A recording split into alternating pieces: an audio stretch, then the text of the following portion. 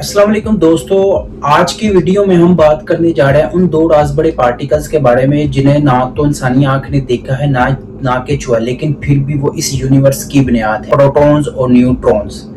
जब आज तक इनको देखा नहीं गया तो फिर कैसे सदियों पहले साइंटिस्ट ने इनको डिस्कवर कर लिया, कैसे इनकी डिस्कवरी ने साइंस की दुनिया को हिला के रख दिया और हमें दिया एटम का वो कंसेप्ट जिस पर आज की मॉडर्न टेक्नोलॉजी खड़ी है। और क्या आज के मॉडर्न इरा में भी इनको नहीं देखा गया? चले आज की वीडियो में हम इन दोनों पार्टिकल्स के बारे में बात करते हैं जिसके ऊपर एटम्स का 99% मास डिपेंड करता है।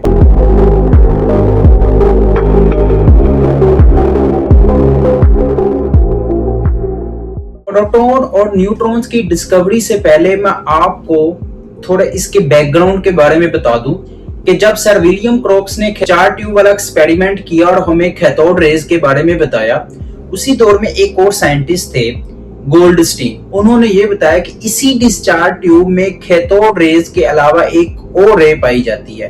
उन्होंने सेम अपरेटस यूज किया, सिर्फ एक छोटी सी चेंजिंग की।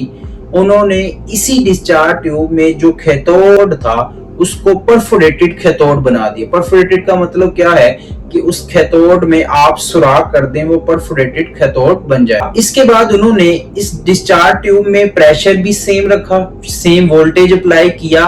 तो जैसे ही उन्होंने सर्किट्स को ऑन किया तो उनको कैथोड के पीछे ग्लो दिखाई दिया। इस ग्लो को इन्होंने कैनाल रेज या पॉजिटिव रे का नाम दिया। तो ये कैनाल पॉजिटिव रेज और कैनाल रेज कैसे प्रोड्यूस हुई इसके बारे में मैं आपको बता दूं। कुछ लोगों का तो ये कहना था कि ये वाली रे एनोड से निकली है, लेकिन नहीं, एनोड से नहीं निकली थी। जब ये यानी कि एक्सपेरिमेंट परफॉर्म किया गया कैथोड से, आपको मैंने पीछे वाली वीडियो में बताया था कैथोड से इलेक्ट्रॉन्स निकलते हैं जिसको हम कैथोड रेज कहते हैं। वो वाले इलेक्ट्रॉन फास्ट मूविंग इलेक्ट्रॉन्स होते हैं। और इसके अंदर जो हम गैस यूज कर रहे थे, गोल्डस्टीन ने इसके अंदर जो गैस यूज की थी वो हाइड्रोजन गैस यूज की थी। अब हाइड्रोजन गैस के पार्टिकल्स अंदर थे। जैसे इलेक्ट्रॉन पास होना स्टार्ट हुए, उन्होंने हाइड्रोजन एटम्स के साथ कोलिजन करके उसके शेल से इलेक्ट्रॉन्स को निकाल दिया। जब वो इलेक्ट्रॉन्स निकले तो पीछे क्या बच गया? पॉजिटिव चार्ज पार्टिकल्स बच गए। अब उनके ऊपर चार्ज कौन सा? पॉजिटिव। इस पॉजिटिव चार्ज को एनोड तो रिपेल करेगा, लेकिन कैथोड ने इसको अट्रैक्ट करना स्टार्ट कर दिया।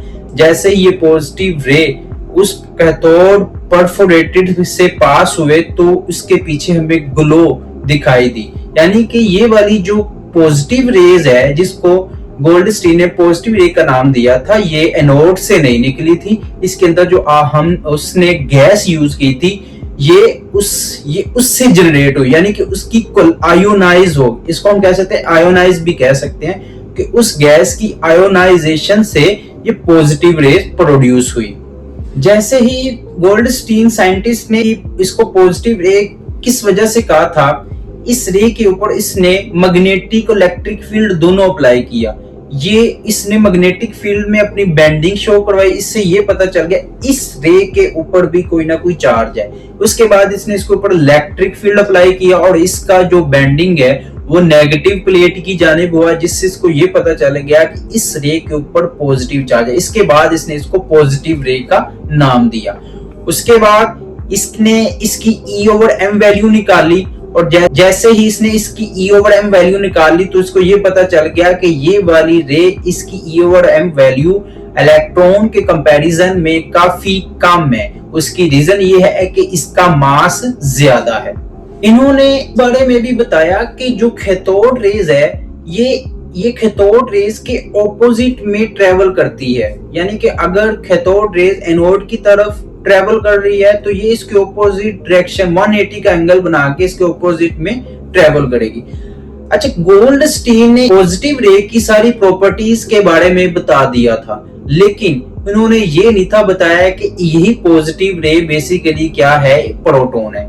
इसके बाद रदरफोर्ड ने 1917 में एक्सपेरिमेंट किया, क्योंकि उस दौर में ये देखना था कि न्यूक्लियस के अंदर क्या पॉजिटिव चार्ज एग्जिस्ट करता है। तो इस चीज को चेक करने के लिए उन्होंने इस एक्सपेरिमेंट किया। उन्होंने क्या किया नाइट्रोजन गैस के ऊपर अल्फा पार्टिकल्स की बौछार की, बम्बर्ड कर दिया। जैसे ही उन्होंने अल्फा पार्टिकल्स की बौछार की तो उनको पॉजिटिव यानी कि पॉजिटिव रेज मिली, या आप ये भी कह सकते हैं उनको हाइड्रोजन के न्यूक्लियस मिले। और उसके बाद उन्होंने ये नतीजा निकाला कि ये जो हाइड्रोजन का जो पॉजिटिव चार्ज है ये हर एटम के अंदर एग्जिस्ट करता है। क्योंकि उन्होंने ऐसे नतीजा निकाला क्योंकि उन्होंने नाइट्रोजन गैस ली, हाइड्रोजन गैस नहीं थी ली, लेकिन नाइट्रोजन के ऊपर जब उन्होंने अल्फा पार्टिकल्स की बौछार की तो उनको हाइड्रोजन के न्यूक्लियस मिले। तो जिसके बाद उन्होंने ये नतीजा निकाला कि ये जो हाइड्रोजन का जो न्यूक्लियस है ये हर एटम के अंदर एग्जिस्ट करता है, और इसको बाद में प्रोटॉन का नाम दिया गया। तो इसमें ये ज्यादा क्रेडिट रदरफोर्ड को मिलता है प्रोटॉन की डिस्कवरी के ऊपर, क्योंकि टर्म भी उन्होंने यूज की थी और उसके बाद उन्होंने ये भी बताया था कि प्रोटॉन हर एटम के अंदर एग्जिस्ट करता है। लेकिन इसकी जितनी भी प्रॉपर्टीज थी वो 1886 में गोल्डस्टीन ने सब कुछ बता दिया। 1917 तक इलेक्ट्रॉन भी डिस्कवर हो गया, प्रोटॉन भी डिस्कवर हो गया और न्यूक्लियस भी डिस्कवर हो चुका था। लेकिन एक न्यूक्लियस की डिस्कवरी के ऊपर ये इतना बड़ा टॉपिक है, इसके ऊपर एक सेपरेट वीडियो बन सकती है।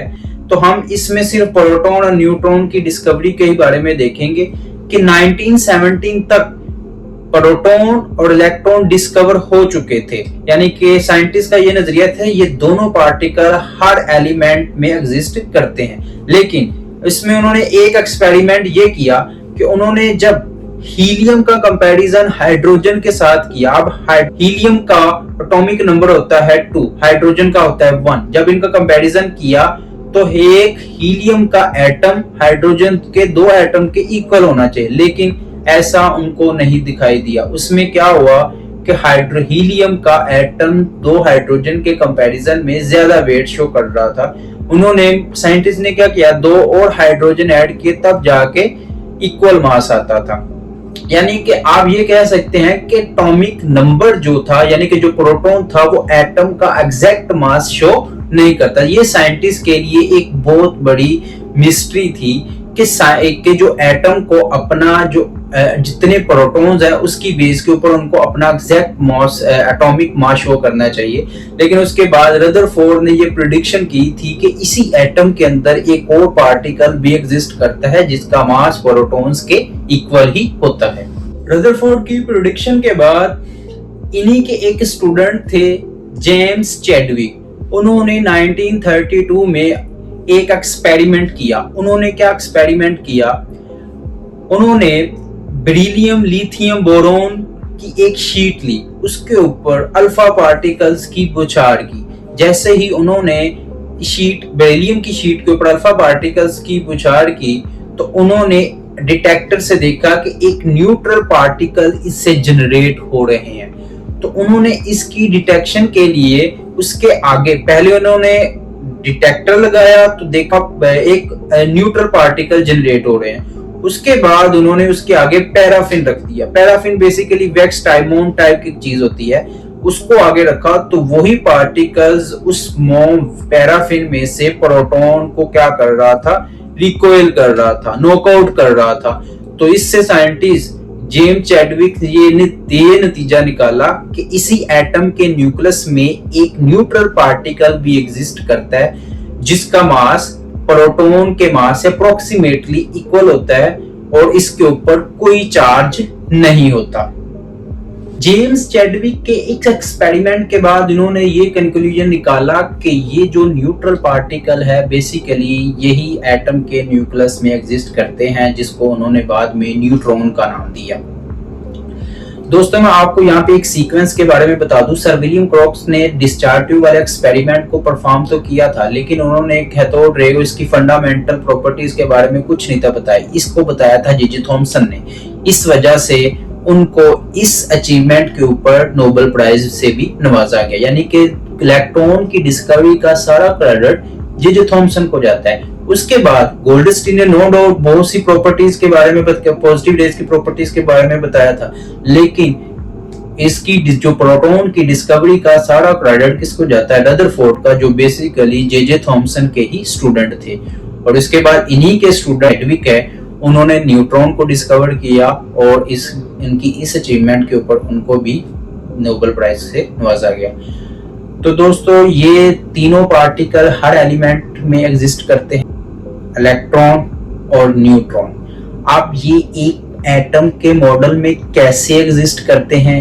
न्यूक्लियस में पॉजिटिव चार्ज तो एक दूसरे को रिपेल करते हैं, लेकिन वो एक न्यूक्लियस के अंदर कैसे एग्जिस्ट है? इलेक्ट्रॉन कैसे पता चला कि वो न्यूक्लियस के गिर्द रिवॉल्व करता है? जबकि जे थॉमसन ने तो सिर्फ ये बताया था कि प्लग बॉन्डिंग जो मॉडल है उसमें तो सिंपल ये बताया गया था कि वो एटम जो न्यूक्लियस है उसके गिर्द इलेक्ट्रॉन होते हैं, बस। तो ये इसके ऊपर मैं नेक्स्ट वीडियो में आपको बताऊंगा कि एक न्यूक्लियस के अंदर पॉजिटिव चार्ज जो रिपल्शन, जिनके दरमियान रिपल्शन होती है, फोर्स होती है, वो कैसे एक न्यूक्लियस के अंदर एग्जिस्ट करते हैं। अगर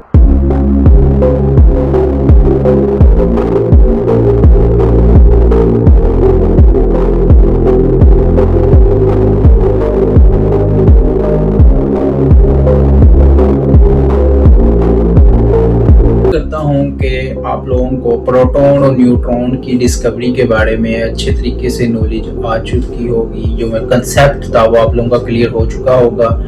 तो अगर आप लोगों को मेरी ये वाली वीडियो इन्फॉर्मेटिव लगी हो तो मेरे चैनल को सब्सक्राइब करें। ओके, अल्लाह हाफिज़, मिलते हैं नेक्स्ट वीडियो में।